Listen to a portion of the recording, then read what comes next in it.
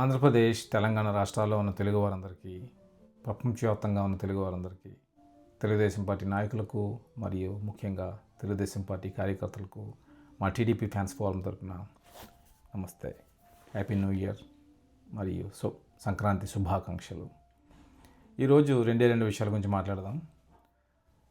తెలుగుదేశం ప్రభుత్వం వచ్చిన తర్వాత చెప్పుకోదగ్గ మార్పులు చాలా జరిగినాయి రాష్ట్రంలో. రాష్ట్రం మళ్ళీ అభివృద్ధి పదాన పడింది.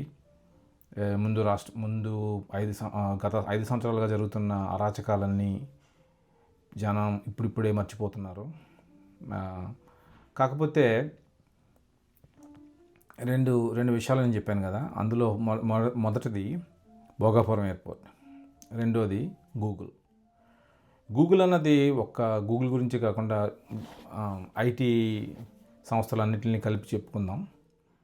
గూగుల్ సంస్థని తీసుకొచ్చిన వెంటనే రాష్ట్రంలో ఏం జరిగిందంటే, ఈ వైఎస్ఆర్ పార్టీ చెడపురుగులు, పెయిడ్ పబ్లిసిస్టులు, దుర్మార్గులు, చదువు సంధ్య ఉండి అబద్ధాలు మాత్రమే చెప్పగలిగిన మేధావులు, వీళ్ళందరూ ఏమన్నారు, గూగుల్ డేటా సెంటర్ అంటే అది ఒక డేటా సెంటర్, ఒక గోడౌన్ లాంటిది, దానికి వాచ్మెన్ ఉంటాడు తప్ప ఎవరు ఉద్యోగస్తులు ఉంటారు, దానివల్ల రాష్ట్రానికి వచ్చిన ఉపయోగం ఏమీ లేదు, ఇలాంటి మూర్ఖమైన మాటలన్నీ మాట్లాడారు.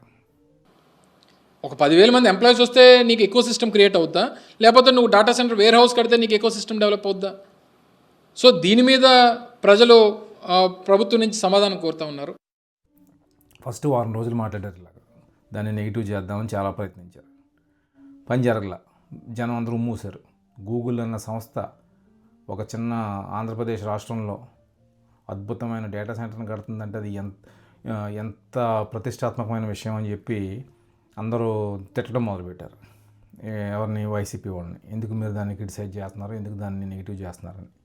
చేయగానే ఏమైంది, పెద్దాయనకి మెసేజ్ వెళ్ళింది, ఇది మనం చేస్తున్న పేటీఎం టాక్ పనిచేయట్లేదు, దీన్ని మార్చాలని. వెంటనే ఏం చేశాడు, అబ్బే అసలు గూగుల్ని తీసుకొచ్చిందే నేనని మొదలుపెట్టాడు. సిగ్గుందండి అసలు? సిగ్గు అనేది కోసానన్నా ఉందా? ఫస్ట్ వారం రోజులేమో దీన్ని మేము అడ్డుకుంటాము ఎన్ని చేసి అని చెప్పిన వాళ్ళు, తర్వాత మేము సంతకం పెడితేనే వచ్చింది, మేము ఈమెయిల్ పెడితేనే వచ్చింది. అంటే మీరు ఈమెయిల్ పెడితే వచ్చేస్తారు గూగుల్ అనే సంస్థ.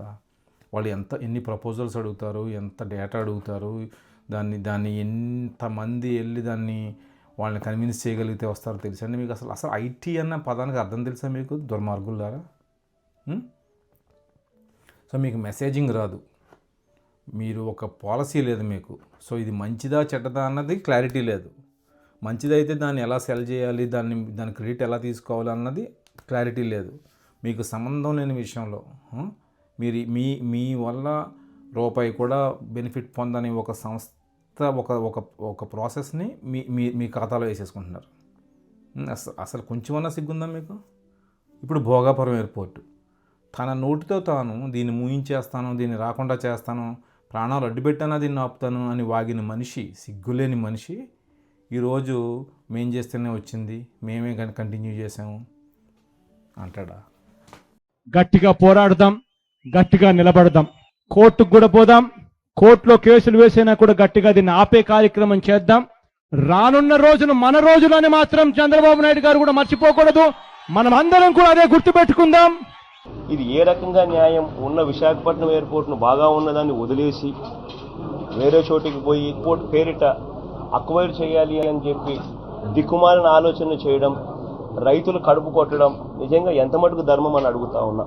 భోగాపురం అన్నది భీమిలి ఇద్దరు కేంద్ర మంత్రులు, అశోక్ గజపతి గారు, తర్వాత ఇప్పుడు రామ్మోహన్ గారు, వీళ్ళిద్దరూ ఎంతో కష్టపడి రాష్ట్రంలో కేంద్ర ప్రభుత్వంతో పనిచేసి ఎయిర్లైన్స్ అందరితో పనిచేసి దాన్ని ఒక అద్భుతమైన గ్రీన్ఫీల్డ్ ఎయిర్పోర్ట్స్ ఎప్పుడు కష్టం, నీకు తెలుసు కదా.